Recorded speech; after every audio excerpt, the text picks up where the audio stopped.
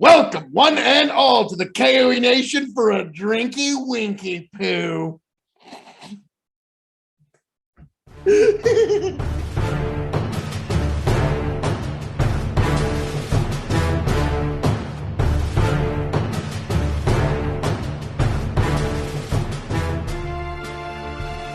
Welcome, one and all, to the K.O.E Nation for a very long coming Buffalo Trace Rye review. Sazerac Rye, folks.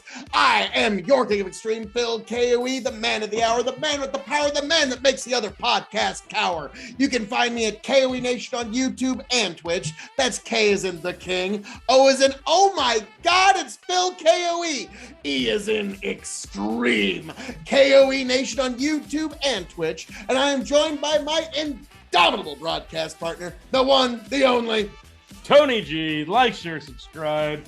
Holy shit, we're doing Sazerac Rye, and it's about damn time. So this is another entrant into the 32 Rye Tournament to see if it will ascend to the Rye of Extreme.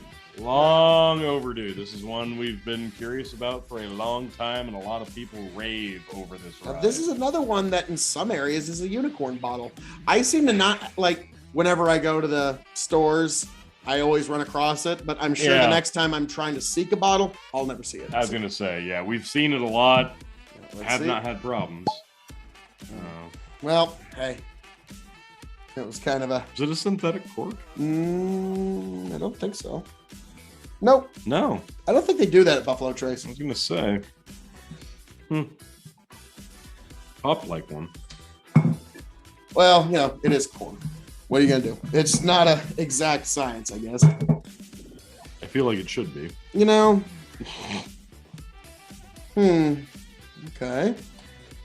Sea salt. Yeah, I'm going to go with sea salt. There's a saltiness, and I feel like sea salt. You get the corn for sure. Ooh. There's something there that reminds me of... There was an incense that I used to buy in college that all the girls would say that it made the apartment smell really clean. Okay. And so I'm getting kind of that. Like, my first initial thought, I hate to say this, was dish soap. But then it shifted to, like you said, like Green blue sea. Like I got that blue sea salt. Yeah. Like when I smell it, like it's been a couple of years since I've been down to the ocean, but that's the first thing I think. It's like if you took a fresh corn cob and just dumped like sea salt on it. That's what I'm getting. Chucked it into the ocean and then pulled it back out and smelled it. I was painting a different picture in my head. Like, well, no, think it. Yeah, you take the same corn cob, you just dropped it in the ocean for a little bit, picked it back up. I was saying a little more finesse. You freshly pick it off of the stalk and you peel it back and you lightly dabble some sea salt on it before enjoying it. You're just like, chug it. Take that. Take that, ocean. Oh, shit, I need that. And you wade back out and get it. Yes. And then slobbily early smell it. Smell it, yeah. Well, I'd like to taste it. I can't quite pick up what I'm getting salt and corn, that's really about it. Which I'm just getting this clean smell that makes me think of the color blue. I wish I had something better for the audience, but that's immediately what comes to my mind. I'm just thinking of the color blue, the ocean, like, it's fascinating. You're right, mate. Okay, so yeah, there's something there we can't quite. Let's see if it comes through on the palate.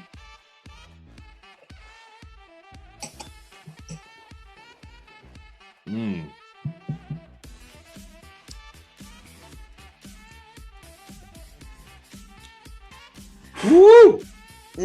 That intensifies. Yeah, it's still burning on my tongue. Ooh. Oh, the linger. Yeah. Wow. It lingers That longer. stays around for a while. It does. Goodness. Okay. Wow, it's still there. Yeah, it finally dissipated for me. There it goes. Wow. Okay. That's fascinating. That one's full-bodied at the end. Wow. Wow. Yeah, it'll be Really? hard to mistake this rye in the I tournament. was gonna say this one might be unmistakable. Mm, I'm trying interesting. to compare it to Buffalo Trace, and I kind of pick up on that signature in the middle. Heavy baking spice in the front, and then it just I becomes was thinking this. in the end. Well, I would say different spices at the end that are Yeah. just overwhelming the palate. Wow. So, Ooh, there's a sweetness there that I didn't catch the first time. hmm, It's not a caramel. Not caramelized. Maybe not a toffee, but some kind of hard candy. Maybe a maple. Actually, yeah, I think it might be a little bit of a maple. I'm just too busy breathing fire over here. Wow, yeah, I think there's a little bit of maple in there. This is interesting. I could see that, but I'm not finding it because it's buried under all that spice. There's a ton of spice here, and it hangs out the That- whole time. Doesn't appeal to you at all, does it? No, not at all. Not at all. Shucky darns. So, for those who do not know, we move on to the difficult part of this Yes. particular segment, the grading. Now, we grade on 5-star scales. 5 meaning you need to have it before you shuffle off this mortal coil. 0 meaning leave it on by, leave it, pass it by. The K.O.E. Nation has advised you well. So, we're going to grade this as a rye whiskey, as a cask-aged spirit. It's shelving, and then for those new to the show, the secret 5th question. So, Tony, as a rye whiskey on a 5-star scale, where do you place this? This is tough because this one really does kind of stand out. I mean, as far as its potency as a rye, it's got enough of a familiarity as a rye that you're not gonna mistake it for a bourbon. It's definitely got the qualities there, but it lingers so intently. And yeah, I can see why that might be a little off-putting. But if you like rye and you're seeking out a rye, I can definitely see why this one would be one that you sought out, because you want that rye intensity. And for that reason alone, as a rye, I'm going to give it a 3.5. Interesting. As a rye whiskey, I'm going to give this 3.25. It's interesting, but like I've said about other whiskeys, if you have 4 friends, you're gonna have 3 that are gonna be like, it's okay. And then there's gonna be one friend that this is one of their favorite ryes in the world. I think you could dump this in between 4 people and almost none of them would like it in some circumstances. It depends on the friends, I guess. But yeah. So yeah, this is, interestingly enough, a unicorn, but I can understand how this is some people's favorites. And also, definitely. the fact that it comes from Buffalo Trace doesn't hurt it. I think that helps it a lot. Let's be completely honest. If you put this in a different bottle and nobody knew it was from Buffalo Trace, this probably wouldn't be nearly as sought after. Ooh, to thine own self be true. So we move on to whiskey. The whole wide world of whiskey. There's a lot of scotches. There's a lot of Irish whiskeys, Canadian, Japanese, bourbons, other ryes, American whiskeys. As a whiskey, 2.75. Get out of my head. I was going to give it 2.75 as well, as it's okay. It's very serviceable, but when you think whiskey, and we're talking whiskey, like you said, the whole wide world, and that's a big animal, and this is not going to stack up to a lot of them. Yeah, unfortunately, you are correct. So we move on to cask-aged spirit. As a cask aged, I'm going to go... I'm torn on this one. This is 45, 90 proof. Do we have any idea how long they aged this? Not off the top of my head, I'm sure it's like between 3 to 5 years or something like that. Like, you never know. Like, there's different products that they'll say it's generally aged around like 8 to 9 years, but they won't ever put it on the bottle. So I don't know. As a cask aged, I'm gonna go 3. I think that's fair. I'm gonna disagree. I'm gonna give it 2.5. I think it's That's why I figured one of us had to give it just 3. right in the middle. It's average as a cask aged spirit. There's a lot of Armagnacs, cognacs, all these beautiful, beautiful cask aged spirits. It's chestnut flavor. I'm kidding. Maybe. It's interesting stuff, but we will see how it fares in the tournament. Now, honestly, yeah, I think this will stand out, but not going to be everybody's favorite. Yeah, Definitely. I don't know if it's going to make it to the Final Four. We will see, though. It's going to be blind taste testing, so you're it's going the to hometown hero. Everybody wants it to. So, shelving.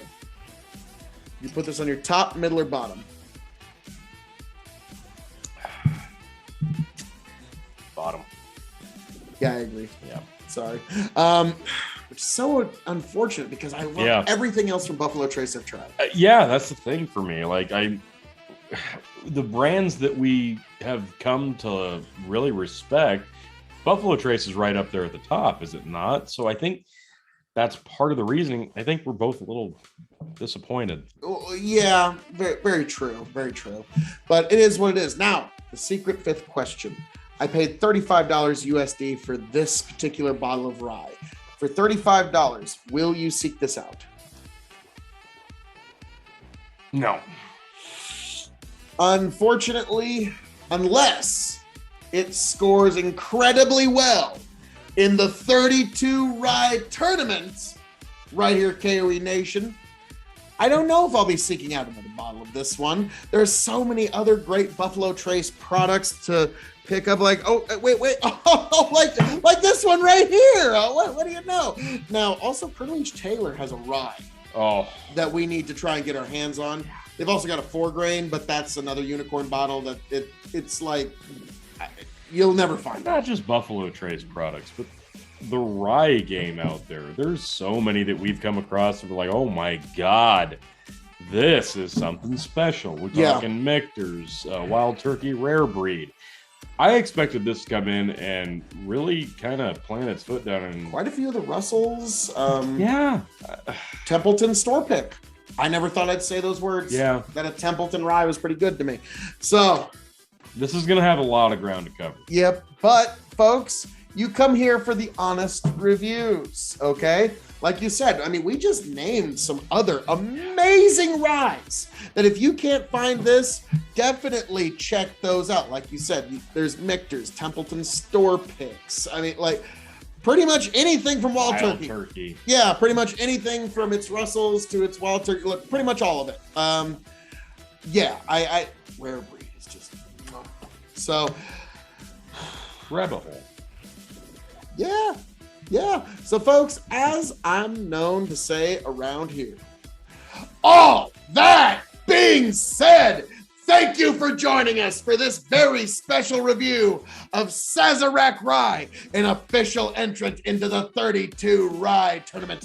I am your King of Extreme, Phil K.O.E., the Prince and Potentate of the political parlance, the Lord of the Scottish Highland, the Conqueror of the Ethereal, and one damn handsome man, if I do say so myself. I hope to find all of you back here, happy, healthy, much the wiser here at K.O.E. Nation on YouTube and Twitch. I'm signing it off and handing it off to my indomitable broadcast partner, the one, the only, Tony G, the Rye Guy, Cowabunga.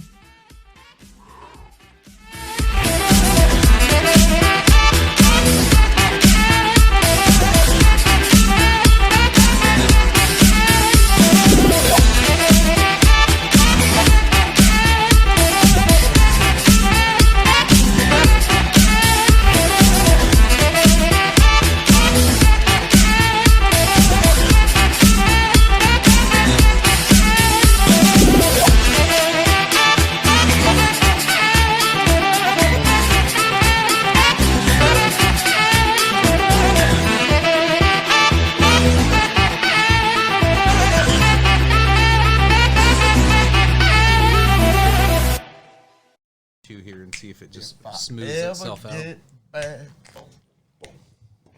tell you what I'll do. If I ever get back, I promise to refabricate you Raging rivers of gold. That's what the brochure advertised. And now we're lost. We gotta take it down.